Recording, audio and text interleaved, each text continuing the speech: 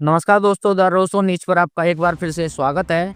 उत्तर प्रदेश की सियासत में आज एक बार फिर हलचल तेज हो गई है। नगीना से सांसद और आर्य समाज पार्टी के संस्थापक चंद्रशेखर आजाद ने आगरा की रैली से ऐलान किया है, जिसने सियासी गलियारों में खलबली मचा दी है।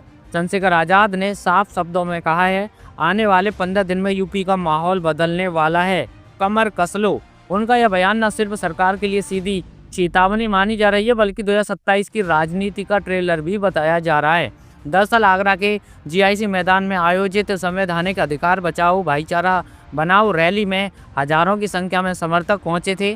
चारों तरफ नीले झंडे का सैलाब दिखाई दे रहा था। अपने भाषण में चंद्रशेखर आजाद ने सबसे पहले सरकार पर निशाना साधते हुए कहा कि रामलीला मैदान की अनुमति जानबूझकर नहीं दी गई। उन्होंने कहा, हमसे जगह छीनी जा सकती है, लेकिन लोगों के दिलों में हमें नहीं निकाला जा सकता। उन्होंने इस रैली को ऐतिहासिक बताते हुए कहा कि यह पहला आंदोलन है जहां हर जाति और हर धर्म के नेता एक मंच पर नजर आए। आज का यह नीला समंदर इस बात का सबूत है कि कमजोरों की एकता अगर जाग गई तो कोई भी सरकार ज्यादा दिन टिक नहीं सकती। चंद्रशेखर आजाद ने परंपरागत राजनीति पर तीखा तंज कसते हुए कहा कि कई दलों में सांसद और विधायक तो बन जाते हैं, लेकिन अपने ही समाज की आवाज नहीं उठा पाते।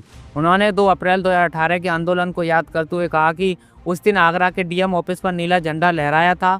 उन्होंने कहा, जिन साथियों ने उस आंदोलन में बलिदान दिया या जेल गए, उन्हें कभी भुलाया नहीं जा सकता। इसके बाद सांसद ने 2027 को लेकर बड़ा ऐलान कर दिया। उन्होंने कहा, सत्ता परिवर्तन होते ही शाम तक झूठे मुकदमे वापस लिए जाएंगे, लाठी खाने वालों का सम्मान किया जाएगा। सभा में मौजूद भारी भीड़ की ओर इशारा करते हुए उन्होंने कहा, अगर यही चेतना सत्ता की दिशा में मुड़ गई तो वह दिन दूर नहीं जब लखनऊ के कालिदास मार्ग पर एक अम्बेडकरवादी, बहुजनवादी और संविधानवादी मुख्यमंत्री बैठेगा। उन्होंने बाबा साहेब अम्बेडकर का हवाला देते हुए कहा कि समाज के लिए कमाई का हिस्सा खर्च होना चाहिए और दावा किया कि अगर उनकी सरकार बनी तो शिक्षा और स्वास्थ्य में बड़ा सुधार किया जाएगा। उन्होंने कहा, इलाज के अभाव में किसी की जान नहीं दी जानी चाहिए और 1000 रुपये में इलाज उपलब्ध कराया जाएगा।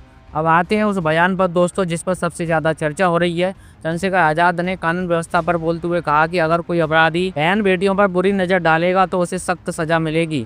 उन्होंने यहाँ तक कह दिया कि एक की जगह 2 गोली मारी जाएंगी। इसके साथ ही उन्होंने महंगाई, गिरते रुपये और बढ़ती बेरोजगारी का मुद्दा उठाया।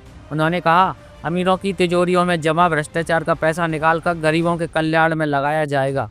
आगरा के जूता उद्योग को लेकर भी उन्होंने सरकार को घेरा।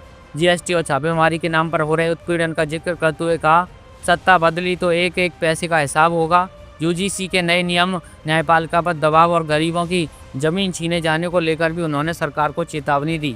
उन्होंने कहा, आगरा कमजोरों की राजधानी है और अगर सच्चे अम्बेडकरवादियों को ताकत मिली तो गुंडागर्दी अपने आप ठंडी हो जाएगी। धर्म के मुद्दे पर भी सांसद ने सरकार को घेरा। उन्होंने कहा, सरकार धर्म की बात करती है, लेकिन अपने ही धर्म के शंकराचार्यों के साथ जो व्यवहार हो रहा है वो सबके सामने है। प्रयागराज का उदाहरण देते हुए उन्होंने कहा कि जब सत्ता तानाशाह हो जाती है तो वह पहले उसी का उत्पीड़न करती है जिसने उसे सत्ता में बिठाया होता है। वहीं रैली के दौरान करीब 15 से 20 हज़ार की भीड़ उमड़ पड़ी। उत्साह इस कदर था कि बैरिकेडिंग टूट गई, कुर्सियां क्षतिग्रस्त हो गईं और कई युवा होर्डिंग के पोल और पेड़ों पर चढ़ गए।